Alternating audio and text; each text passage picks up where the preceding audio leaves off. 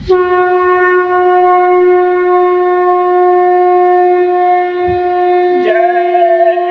गुरुदेव, जय गुरुदेव। बचो और बचाओ, शाकाहार अपनाओ, जान बचाओ, देश बचाओ। देश के वीरों आगे आओ।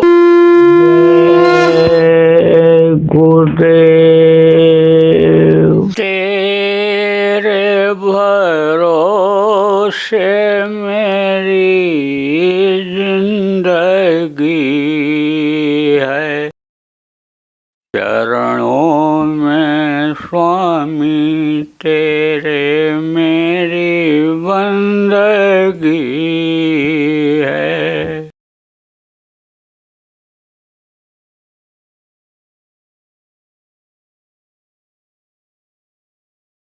जय गुरुदेव। सर्वसमर्थ, सर्वत्र स्मरणीय परम पूज्य गुरु जी महाराज, उपस्थित सभी सत्संगी धर्म प्रेमी भाई बहन, बच्चे एवं बच्चियों, गुरु महाराज की अपार दया मेहर हुई और आज 1 जनवरी 2022 को प्रातःकाल के बेला में उज्जैन आश्रम पर आप लोगों के दर्शन का अवसर मिला। इस शरीर को क्षण भंगुर शरीर कहा गया है। पल में पल की खबर नहीं। अभी एक पल बाद क्या होगा इसकी खबर सबको नहीं रहती है। हट्टा कट्टा अच्छा खासा शरीर चलता रहता है और जैसे समय पूरा हुआ धड़ाम से गिर गया। लोगों ने कहा इनका खेल खत्म हो गया। कोई कहता प्राण पखेरु उड़ गए, कोई कहता शांत हो गए, कोई कहता मर गए। अब एक बार जो मर जाता है फिर वो यानी समझो कि जिंदा होकर के उसी तरह से जैसे काम करता था नहीं कर सकता है। शरीर की क्षमता होती है, शरीर की ताकत होती है। जब शरीर में ताकत रहती है, क्षमता रहती है, तब तो आदमी करता है। लेकिन धीरे धीरे क्षमता ये कम होती जाती है। जैसे देखो बच्चों में ज़्यादा ताकत होती है। ताकत का मतलब क्या? स्फूर्ति, शक्ति करने की, दौड़ धूप करने की, जानने की, समझने की, ये है शक्ति, ताकत उनमें ज़्यादा होती है। जवानी में कम हो जाती है और बुढ़ापे में बहुत कम हो जाती है। लेकिन जवानों को बुढ़ापा याद नहीं आती है। वो तो यही सोचते हैं कि हमको जवान ही रहना है और यह हमारी उम्र जो है ये खाने पीने मौज मस्ती के लिए मिली है। यह शरीर इसी काम के लिए मिला है। अपना जो असला काम है, अपना जो असला लक्ष्य है, उसको भूल जाते हैं। मनुष्य शरीर किस काम के लिए मिला है याद नहीं रहता है और समय निकल जाता है। न चाहते हुए बुढ़ापा आ जाती है और बुढ़ापा भी एक रोग है। कौन सा रोग है? असाध्य रोग। जो साध में न आवे, जो जान ले करके रोग जाए, उसको असाध्य रोग कहते हैं। तो बुढ़ापा भी एक असाध्य रोग है। और ये जो दिन और रात आते हैं ये संकेत दे रहे हैं कि बुढ़ापा आएगी। ये जो दिन है ये सफ़ेद चूहा की तरह से है और ये जो रात है ये काला चूहा की तरह से है। तो दो चूहे ये है उम्र की डाल पर बैठे हुए हैं, कुतर रहे हैं, काट रहे हैं और एक समय ऐसा आएगा कि ये जो जीवन की हरी भरी डाल है ये ख़त्म हो जाएगी। और काल का ये देश है तो काल गाल फैलाए हुए बैठा है कि जैसे ही इनका समय पूरा हो, क्योंकि उसी का दिया हुआ समय है, तो उस समय को तो समझो वो टालेगा नहीं, समझो कि उस समय को तो देगा वो, लेकिन इंतज़ार करता रहता है जैसे समय पूरा हो हम इनको अपने चपेट में ले लें, अपने गाल में इनको ले लें। कहने का मतलब प्रेमियों यह है कि कुछ ऐसे भी लोग हैं कि जो कल थे और आज नहीं हैं, नया वर्ष नहीं देख पाए, दुनिया संसार छोड़ करके चले गए। तो आप सब लोगों को आज के दिन यह याद करने की ज़रूरत है कि हमारा भी समय पूरा होगा और हमको भी जाना है। अब यह भी सत्य है कि आदमी पैदा होता है, कमाता है, खाता भी है, कुछ बचाता भी है, मान प्रतिष्ठा के लिए घर मकान बनाता है, ऊंचा वहदा प्राप्त करता है, लेकिन यह चीज़ें लेकर के इस दुनिया संसार से कोई नहीं जाता है। कहाँ क्या लेकर तू आया जग में, क्या लेकर तू जाएगा, सोच समझ ले रे मन मूर्ख, आखिर में पछताएगा। यह सारी चीज़ें छूट जाने वाली हैं और इसी में अगर उलझा रह गया तो अंत दुखदाई, आखिर में बड़ी तकलीफ होती है। तड़प तड़प करके मरते हैं बहुत से लोग, हड्डी हड्डी उनकी चटकती है। जब यमराजों का मुकद्दर लगता है, पड़ता है, जब वो मशाल लेकर के आते हैं, जो जीवात्मा खाली नहीं करना चाहती है उसको जब झुलसाते हैं और जब मारपीट करते हैं तो उस समय पर खून या पानी हो जाता है, आँख की रोशनी खत्म हो जाती है, कान से सुनाई नहीं पड़ता है, तुतली जबान हो जाती है, गुहार लगाता है, आवाज़ लगाता है, सबको पुकारता है, बेटे को भी, चाचा को भी, पत्नी को भी, लेकिन आवाज़ कोई समझ नहीं पाता है। वो जो ऐसे दूत होते हैं और किसी को नहीं दिखाई पड़ते हैं, साधकों के अलावा, संतों के अलावा, लेकिन मरने वाले को दिखाई पड़ते हैं उस समय पर। जब आखिरी वक्त आ जाता है तो चिल्लाता है। कर्मों की सज़ा में समझो यह भी बहुत से लोगों को दिखाई पड़ता है कि देखो हमने भैंसा काटा था, भैंसा खाया था, ये देखो भैंसा हमको मार रहा है, ये देखो बकरा हमको मार रहा है, ये देखो हमारी तरफ ये दौड़ करके हिंसक जानवर आ रहा है, हमने इसको मारा था।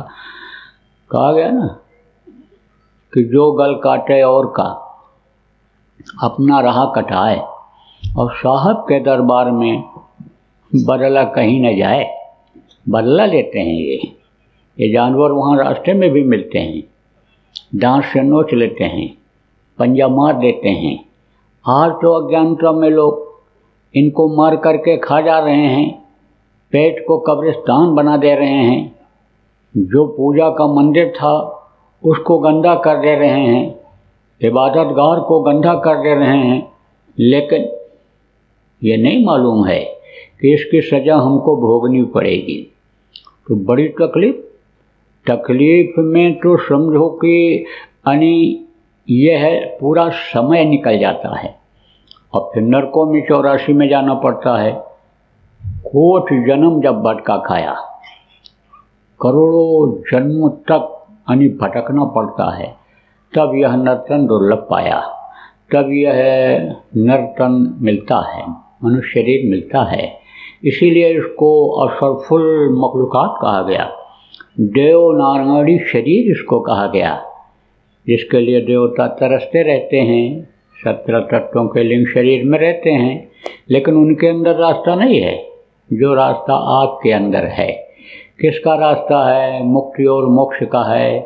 जीवात्मा को मुक्ति और मोक्ष दिला दो। मुक्ति और मोक्ष इसको कब मिलेगा? जब ये अपने पिता के पास, सत्पुरुष के पास ये पहुंच जाएगी, तब इसको मुक्ति और मोक्ष मिल जाएगा। फिर इस दुख के संसार में दुख झेलने के लिए यानी यह नहीं आएगी। जैसे शमशान घाट पर जब मुर्दा को पहुंचा देते हो, तब कहते हो कि अब इनकी मुक्ति करा ही देना है। कोई दिक्कत आ जाए, परेशानी हो जाए, न जला पाओ तो रुक जाते हो, कहते हो कल जला करके मुक्ति दिला करके ही आएंगे। मुर्दा को कोई शमशान घाट से वापस नहीं लाता है, कहता है इनको मुक्ति दिलाना है। ऐसे जब ये जीवात्मा मालिक के पास पहुंच जाती है, तब इसको मुक्ति मोक्ष मिल जाता है। तब इस झगड़ा झंझट से, तब इस जन्मने और मरने की जो अपार पीड़ा होती है, तभी छुटकारा मिलता है। तो आप इन चीज़ों को भूल रहे हो। नया वर्ष है, आपको याद करने की ज़रूरत है। मौत आनी है, सत्य है। शरीर बुढ़ा होना है, सत्य है। प्रभु सत्य है। और बाकी ये चीज़ें, ये झूठ हैं, ये नकली चीज़ें हैं, ये सपनवत हैं। सपनवत किसको कहते हैं? सपना देखते हो, सपना में राजा बन जाते हो, शेठ साहूकार बन गए, बड़ा अधिकारी बन गए, लेकिन जब आँख खोलते हो तब जो रहते हो वही रह जाते हो। तो यह दुनिया सपनवत है। शिव जी ने पार्वती को समझाया, कहा उमा कहूँ मैं अनुभव अपना, और सत हरि भजन जगत सब सपना। यह जगत सब स्वप्नवत है, सपना है। यह अपने काम आने वाला नहीं है। जैसे सपना अपने काम नहीं आता है, ऐसे ही ये चीज़ें अपने काम आने वाली नहीं हैं। तो इनको अगर इकट्ठा करने में लगे रह जाओगे तो आपका समय निकल जाएगा। तो कहा गया ये के साधे सब सधे, और सब साधे सब जाए, एक को साध लो। एक को कैसे साधते हैं? देखो, सत्संग वचन जब मिलता है, जब जानकारी होती है, तब साधा जाता है। एक राजा था, तो राजा तो ज़्यादातर भोगी होते हैं। कहाँ की आत्माएं होती हैं? स्वर्ग और वैकुंठ की।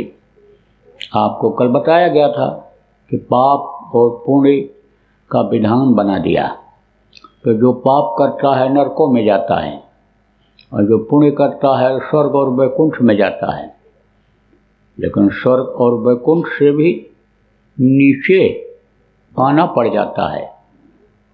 17 तत्वों के लिंग शरीर में देवता होते हैं, उनके अंदर ऐसा रास्ता नहीं है कि वो और ऊपरी लोकों में, ब्रह्म पारब्रह्म लोक में जा सकें। उनके अंदर ऐसा रास्ता नहीं है। यह रास्ता तो केवल मनुष्य शरीर के अंदर ही है। इसीलिए तो जितने भी चर और अचर के जीव हैं, सब इस मनुष्य शरीर को मांगते रहते हैं। तो कहा गया कि वहाँ बहुत आराम रहता है। तो रहता तो है आराम, स्वर्ग और वैकुंठ में आराम ही आराम है। सुख जिसको कहते हो, सुख ही सुख है। लेकिन उनको चिंता सताती रहती है, उनको बराबर अपना घर याद रहता है, बराबर प्रार्थना करते रहते हैं कि दया करो तो हमको भी मनुष्य शरीर मिल जाए, दया करो हमको भी सद्गुरु मिल जाए, रास्ता बता दें, हमारा भी कल्याण हो जाए। तो कहा गया पुण्य छीड़े मृत्युलोके, मृत्युलोक में फिर आते हैं। तो कहाँ जन्म लेते हैं? बड़े बड़े सेठ साहूकारों के यहाँ, राजा महाराजा के यहाँ, पंडित, मुल्ला, पुजारी, मठ के मठाधीश, आश्रम के महंत बना दिए जाते हैं, जो ऐसी आत्माएं होती हैं। तो यहाँ भी सुख ही रहता है, यहाँ भी आराम ही रहता है। अब आप ये समझो प्रेम, जहाँ मेहनत आदमी को नहीं करना पड़ता है और खर्चा करता है, उसकी आदतें बिगड़ जाती हैं और अन्न का दोष भी होता है। कहा गया जैसा खाओ अन्न वैसा होवे मन, और जैसा पियो पानी वैसी होवे वाणी। बुद्धि बदलने में देर नहीं लगती है। आप समझो कि अगर गलत अन्न आ गया, चोर का अन्न खा लिया, जो चोरी करके लाया, लूट करके लाया, मार करके लाया, उसको अगर खाए तो समझ लो कि भजन, भाव, भक्ति सब खत्म। यहाँ तक कि जिसको कहा गया मांसाहारी मानवा, प्रत्यक्ष राक्षसंग, इनकर संगत जो करे पड़े भजन में भंग। मांसाहारी के घर खा लिया, मांसाहारी का साथ कर लिया, तुरंत असर आता है। आँखों में आँखें मिल गई, तुरंत असर आता है। 83% अपराध तो आँखों से ही होता है, और कर्मों का लेना देना यह आँखों में देखने से ही होता है। तो वो जब कर्म आ जाते हैं तो उसी तरह की बुद्धि हो जाती है। तो जब अगर मेहनत के कोई खाता है तो उसकी आदतें बिगड़ जाती हैं। तो राजा लोगों की भी आदतें ऐश और आराम की ही बन जाती थीं। अब भी जो राजसी कहते हैं भोग रहे हैं, ठंडी रोटी खा रहे हैं। ठंडी रोटी और गर्म रोटी किसको कहते हैं? जो बाप की कमाई खाते हैं वो ठंडी रोटी खाते हैं, और जो मेहनत करके बदन को गर्म करके पसीना बहा करके लाते हैं, खाते हैं, वो गर्म रोटी होती है। तो ऐसे ही जो ठंडी रोटी खाते हैं, दूसरे की कमाई खाते हैं, उनकी बुद्धि उसी तरह की हो जाती है, परमार्थी बुद्धि नहीं होती है। इसीलिए कहा जाता है मेहनत की कमाई करो। बच्चों से कहा जाता है बच्चों बेकार मत बैठो, पढ़ लिख करके कोई भी काम कर लो, काम के साथ साथ तैयारी करते रहो। अच्छी नौकरी मिल जाए उसमें चले जाओ, अच्छा काम मिल जाए उसको पकड़ लो, खाली मत बैठो। लेकिन एक समय ऐसा आता है कि आदमी को पछतावा होने लगता है। हर बात का पछतावा होता है। जिस लक्ष्य को लेकर चलता है उसी पे पछतावा हो जाता है कि देखो ये दुकान, जैसे दुकान ही कोई करता है, ये दुकान हमको सस्ती मिल रही थी, जिसका यही लक्ष्य होता है कि हमको एक की जगह 4 दुकान बनाना है, तो ये सस्ती मिल रही थी, चली गई, इसको हमको उसी समय खरीद लेना चाहिए, उसका पछतावा होता है। इसी तरह से जब समझो कि आदमी को सत्संग मिलता है या अच्छी बातें सुनने को मिलती हैं, तब उसको थोड़ा सा ज्ञान होता है। तो राजा महाराजा लोगों के दरबार में हर तरह के लोग रहते थे। उनको सलाह देने वाले सलाहकार मंत्री होते थे, विदूषक होते थे। विदूषक किसको कहते हैं? राजा अगर दुखी हो या चिंतित हो किसी बात पर तो हंसा करके मन को बहलाने वाले विदूषक कहलाते थे। वो भी होते थे। अच्छी बातों को बताने वाले उपदेशक होते थे, धर्म कर्म की बातों को बताने वाले उपदेशक होते थे। तो एक दिन राजा का मन ठीक था। देखो जैसे सिनेमा की रील चलती है ऐसे कर्मों की रील चलती है।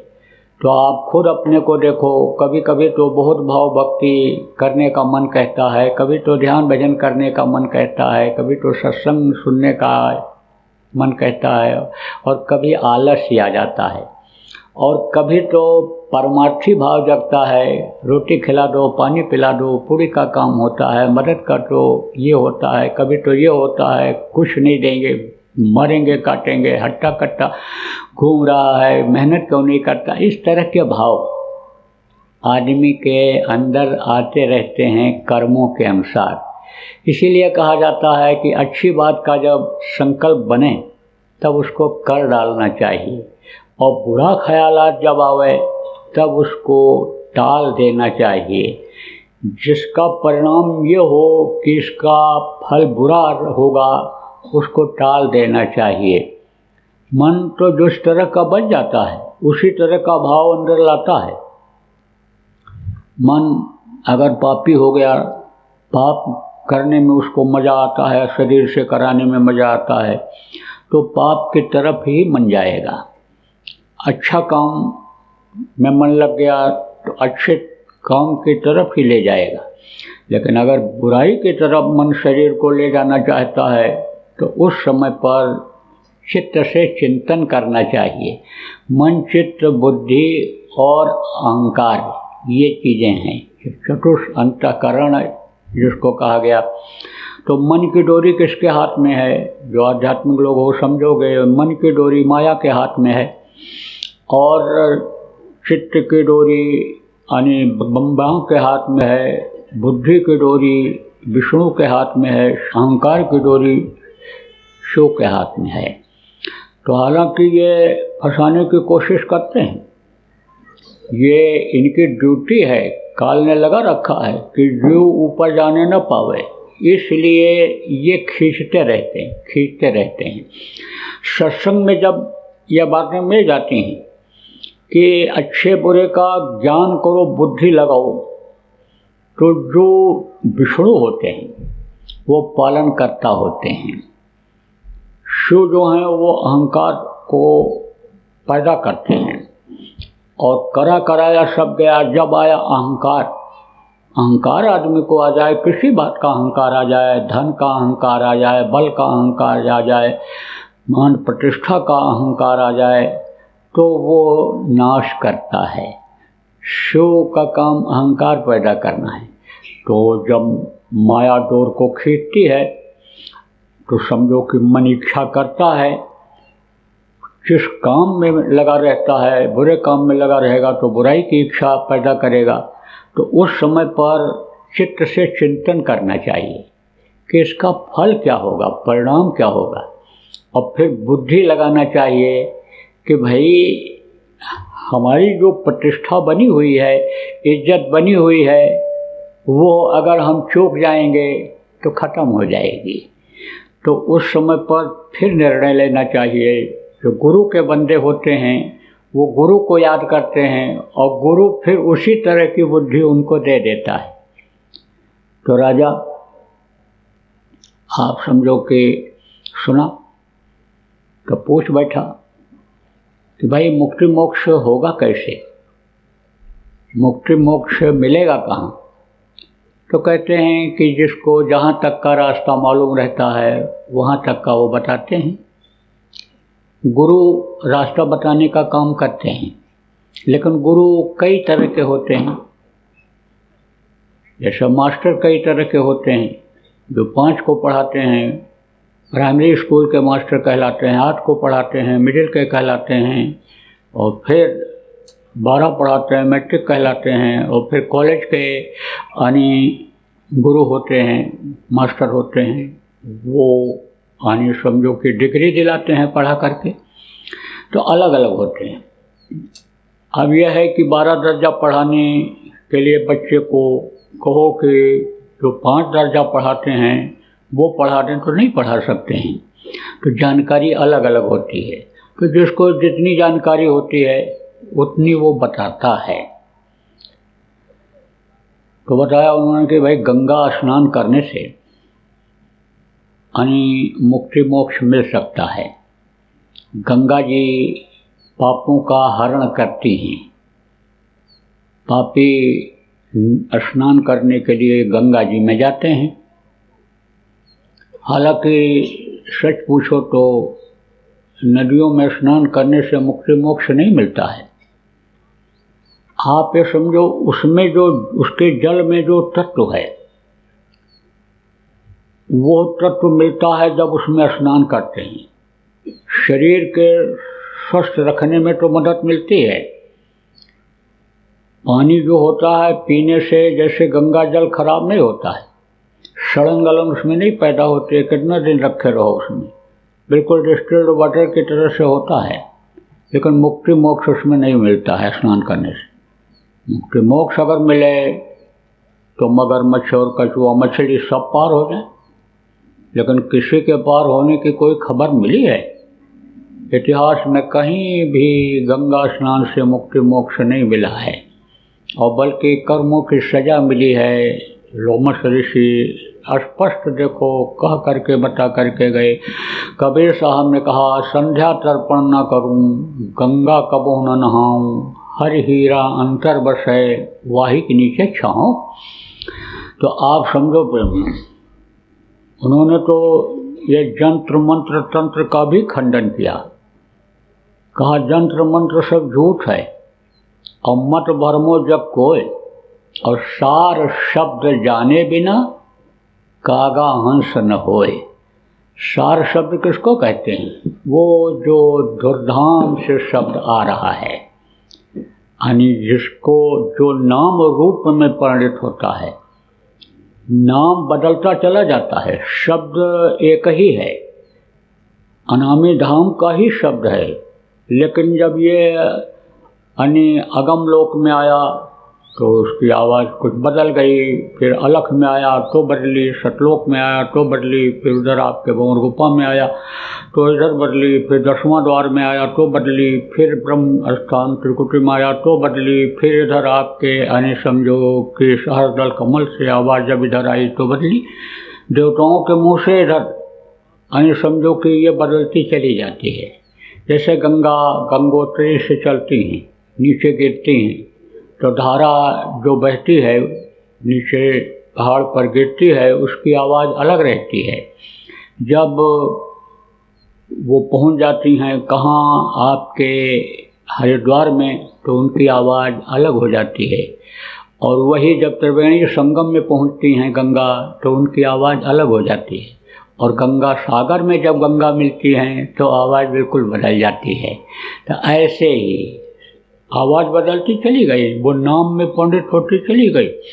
जैसे बहुत तेज कोई पानी जब गिरता है तो उसकी आवाज़ अलग सुनाई पड़ती है, वही पानी पतली नली से आप अगर प्रवेश करने लग जाओ, गिरेगा पानी तो उसकी आवाज़ अलग सुनाई पड़ेगी।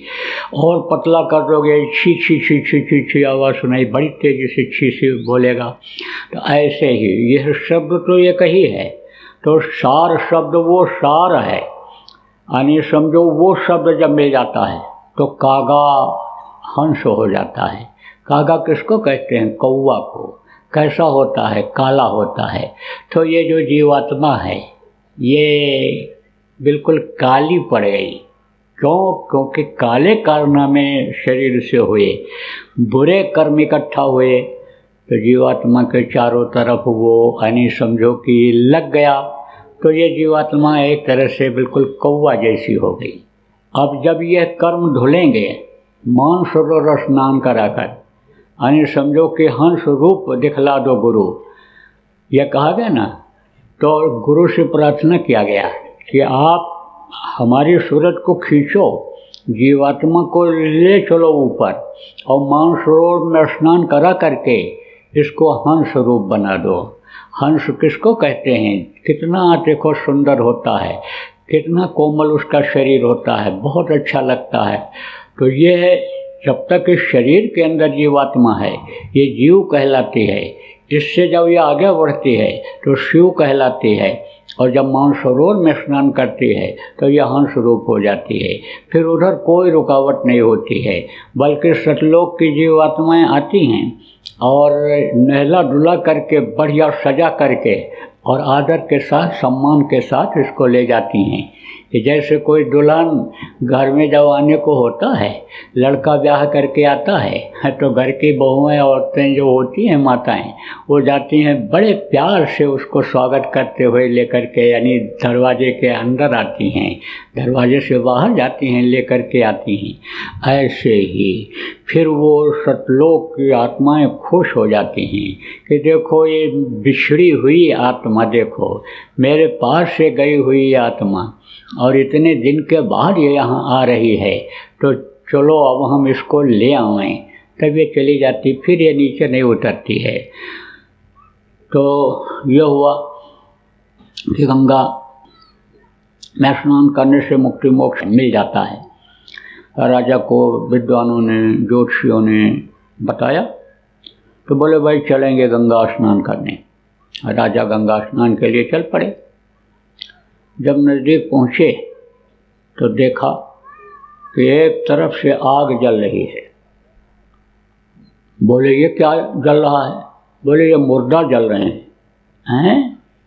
इतने मुर्दा जल रहे हैं, एक तरफ से इतनी आग जल रही है, ये तो बहुत हैं। बोले सरकार यहाँ से कहाँ, नज़दीक में चलो उधर देखो। जब नज़दीक गए उधर शमशान जहाँ बना हुआ था नदी के किनारे, तो उधर देखा कि कंधे पर रख रख करके मुर्दा लोग ले करके चले आ रहे हैं। कोई इस रास्ते से आ रहा है, कोई उधर से आ रहा है, कोई उधर से आ रहा है। अरे बोले इतने लोग मर रहे हैं। तब विद्वानों ने कहा यह मृत्यु लोक है, यहाँ तो कोई रहता ही नहीं है। जो पैदा होता है वो तो मरता ही मरता है, जो पेड़ फलता है वो झड़ता ही झड़ता है, जो आग जलती है बुझती बुझती है। ये तो यहाँ का विधान है राजन, हमको आपको भी सबको जाना पड़ेगा। बोले अरे हमको भी जाना पड़ेगा, सबको जाना पड़ेगा। वहीं पर उसको ज्ञान हो गया। बोले तो फिर ये राजपाट किस बात का, किस काम का है? झुर्रियाँ देखो पड़ने लग गई, बाल देखो पकने लग गया, शरीर देखो कमज़ोर हो गया। तो अब तो लक्षण तो दिखाई पड़ने लग गए कि हमको भी जाना है। तो राजा के कोई औलाद थी नहीं और धन बहुत इकट्ठा किया था, क्योंकि धन इकट्ठा जब करने लगता है आदमी तब वही होड़ लग जाती है। खाने पीने में भी बहुत से लोग गृहस्थी चलाने में भी कटौती कर देते हैं। किसके चक्कर में? 99 के चक्कर में। जय गुरुदेव।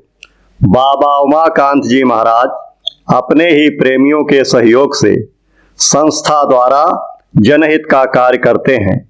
किसी भी व्यक्ति, संस्था व सरकार से कोई भी चंदा, चुटकी व अनुदान नहीं लेते और किसी भी तरह का व्यापार भी नहीं करते।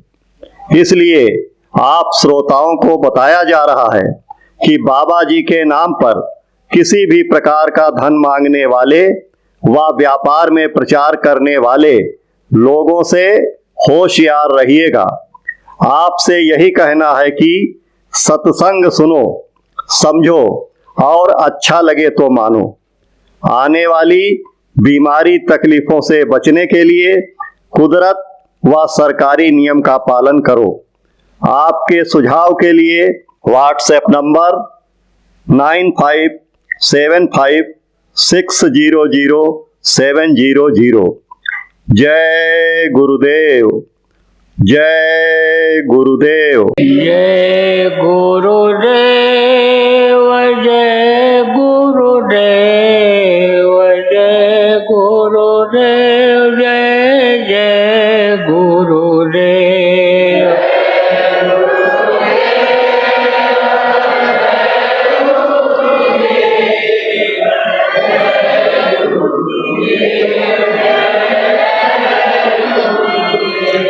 जय गुरुदेव, जय गुरुदेव, जय गुरुदेव, जय जय गुरुदेव।